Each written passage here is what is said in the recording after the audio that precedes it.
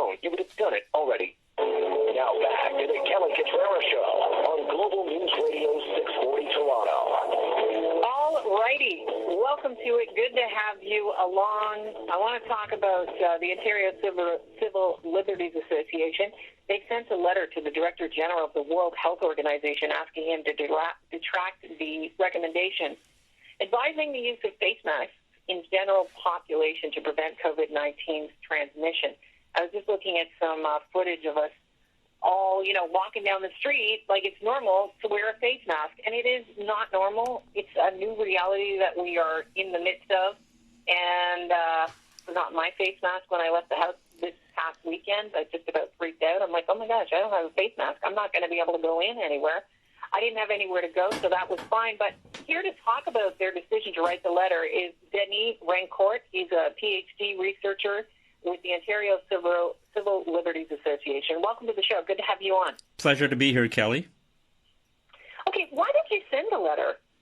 Oh, because we want him to retract that advisory because it's harmful to public health. It's a damaging recommendation to make. Our governments tend to take these things as ready-made excuses or justifications for passing all kinds of laws that should not be passed. So because of the global impact that it has on governments when they make these kinds of recommendations, we're asking him to retract it. We also want him to retract it because it's not based on science. It's wrong. It's misleading. There have been, in science, there's a correct way of doing measurements and trying to find an effect in the application of some device, and there's an incorrect way. And the correct way is called a randomized controlled trial with a verified outcome, where you actually measure if the person was infected or not. And there have been dozens and dozens of these very detailed studies that have looked for whether or not there is an advantage to wearing a mask versus not wearing one. And guess what? They have all found that they cannot detect any advantage to wearing a mask or a respirator. So the science is, in a sense, conclusive. These studies were designed to find this effect, and they can't find it. And the World Health Organization has neglected to say this. They're hiding this fact away when they write their document recommending this. They tend to say it in a misleading way. What they say is science has not yet demonstrated that masks are useful. Well, that's very misleading. In fact, a lot of science has been done, and all the science has tried to find an effect and doesn't find one. If there was a positive benefit to wearing a mask, and it was significant, it would have been detected by now in these dozens and dozens of very detailed comparative studies. I think it's hard for people to believe listening to you when our healthcare professionals are wearing masks and they have been short of PPE during this pandemic, and that's been a real threat. So how do you explain that? Yes, that's right. I mean, there's a lot of discontinuity between what we do in terms of policy and what the science tells us. If you read the science, more than half of these randomized control trials have been done with healthcare workers. And they've compared healthcare workers who wear masks and who don't. And the only significant thing that they were able to find is that the ones that wear respirators get a lot more headaches. That was a definitive statistical result.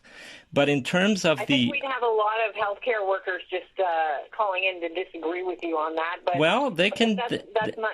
They can disagree, but the point is, this is a scientific fact. Okay, if you look for the risk of being infected by a viral respiratory disease, all of these studies do not detect any difference in that risk. With healthcare workers who are very careful and who follow the protocol, they can't detect it. And there are many unions of healthcare workers who have refused, not many, but there's a few in Canada who have refused to wear masks, and they won their case on that basis.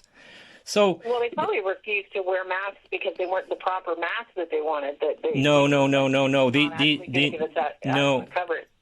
These respirators are very uncomfortable. They give you headaches. They're uncomfortable. Even the healthcare workers will touch them because they'll move them around. And they don't work. It's impossible to have a seal to the skin. There's always imperfections on the skin. You have pores, you have hairs, you have all kinds of things. And So wait, you want them to retract the what he's saying is, and he tweeted it out. The World Health Organization said, in light of evolving evidence, they advise that the government should encourage the general public to wear masks where there's widespread transmission and physical distancing is difficult. Yeah. Now, to me and most people listening, I think this seems like a fairly sound ask during a pandemic. No. This is just, it's a statement, but you have to look at what the facts are. Okay, that is a statement to justify why he's writing this memo. But if you look at, in fact, Kelly, the entire health establishment agreed that masks for the general population was a dangerous thing because you're collecting the viral-laden material on the mask near your face, and then you're constantly touching the mask in your eyes and your face, and you're moving it around. You're not a healthcare professional. So listen. You didn't let me finish my sentence. You didn't let me finish. You didn't let me finish my sentence. You started with the entire memo. That's right, and I didn't finish my sentence. Let me finish it. Until this memo came out, they all agreed, including the World Health Organization, that this was a dangerous thing, and they couldn't recommend it, and they kept talking about you needed a medical protocol, you risk self-infection because you're touching the mask, you're not storing it properly, and so on. They all agreed for like the last decade, and all of a sudden, this is a change of position. Now, has the science changed? But that's just not true that they all agreed, because they did. They did. If you read their memos, if you read the organization's memos. I know people in the health profession, and there were two different. I'm not talking about people in the health professions. I'm talking about major institutions. Okay, I'm talking about. That's not what you said. Well, that's what I meant. I'm talking about major institutions. Of course, there are health professionals who go along with this and who are of the opinion that it's helpful, but they haven't read the science, I would say, and they haven't read the World Health Organization until very recently. And the European office of the World Health Organization has said this very clearly. Canada's own health ministries has said this in the past. It is a dangerous thing to tell people to wear masks. Collect the pathogens near your face, and then where do you store it? You have to take it off. You have to touch it. You have to do all these things. And there are many more dangers than that. That's just the one. There are also groups that say that, it's worth the risk if we are aware of it and properly educated on donning and doffing them. Are you expecting to hear back from the Director General? I would like to. I expect that maybe their media office will put out a memo or something like that. Let me ask you this. Why even send the letter if we haven't mandated people wear masks? I mean, it's just a suggestion. Oh, no, that's not true. It's been mandated that people in Toronto wear masks on the transit system. It's been mandated in Ottawa, the same thing, that the public transit system, people are strongly recommended to wear masks. Sorry? But they're not going to enforce it. Well, what does enforce mean? They're going to approach people directly and educate them. They're going to ask them why they're not wearing masks. Where's the line between coercion and enforcement where you have a fine? They've said in Ottawa they won't actually fine you. They're not going to call the police and have you taken off the. Said that in Toronto as well. Okay, yeah. So that but the point is you're using coercion through so-called education, and you're trying to get everyone to do it.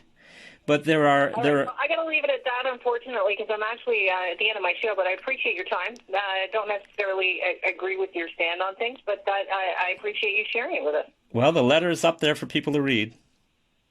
All right. Thanks so much, Denny. I appreciate your time. Thank you. Bye-bye. Is with the Ontario Civil Liberties Association.